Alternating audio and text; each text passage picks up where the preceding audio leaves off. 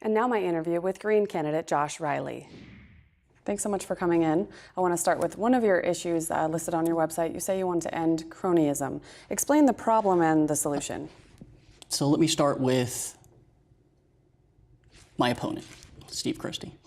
So someone who's raised $200,000 for a $76,000 plus a year job, I don't think you have to be Hamlet from Shakespeare to know that there's something rotten in Denmark.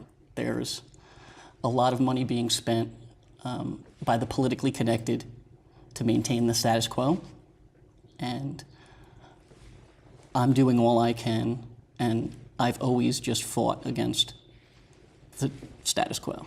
I'm challenging the status quo. My opponent, he is the status quo. Another example of that is our county administrator.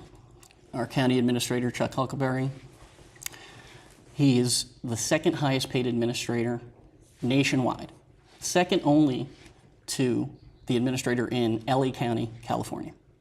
Yet, 20% of the population of Pima County falls below the federal poverty line. So there's an interest in the top 1% keeping the status quo the way it is. And I'm fighting for all of us. I'm fighting for all of the voters of Pima County, and I'm working to make a difference and make the lives better for the people in the 99%.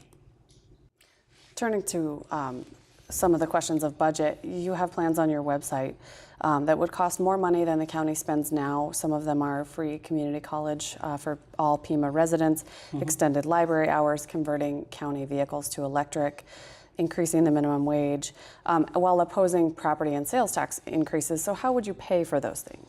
Long term, I would like to see us move away from property and sales tax and more towards a progressive tax rather than the regressive taxes. So I'd like to work with the state to work on a graduated income tax so that the county could actually use an income tax rather than the sales and property tax to pay for these additional services. So that's one thing. Now, dealing with what we have currently, let's use the low-hanging fruit. So the first thing is let's cut some waste. There was some poor decision-making that went on by the county supervisors. The worldview decision for the stratospheric balloons, for instance, $15 million.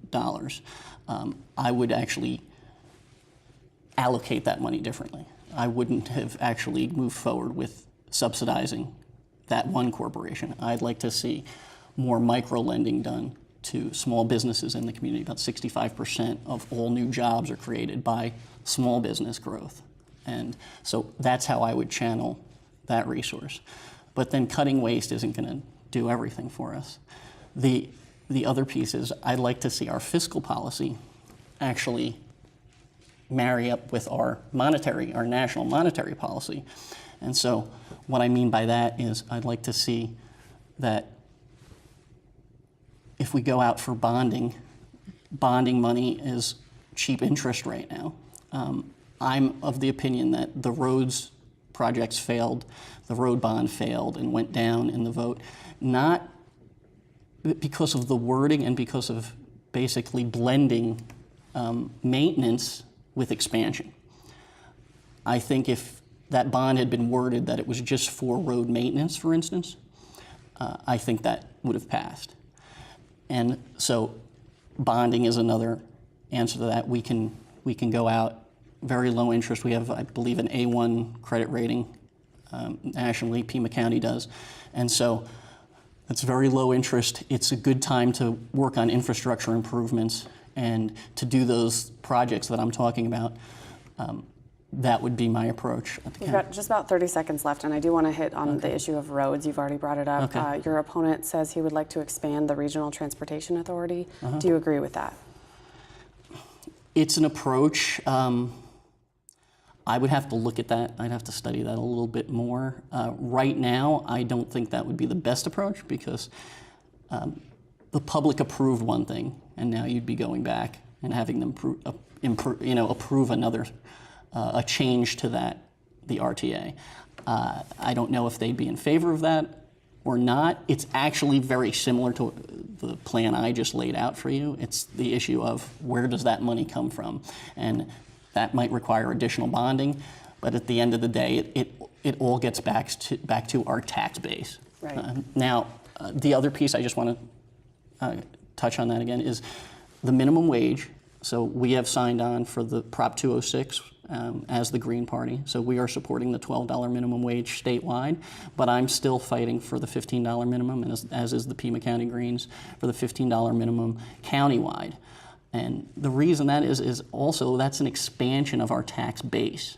So then that would help take people that are currently subsidized and actually have them paying taxes and paying into the system and allowing them to have a higher quality of life and making their lives a little bit better, but also helping Pima County as far as taxation. I'm going to have to cut you off there. Thank you so much for coming in.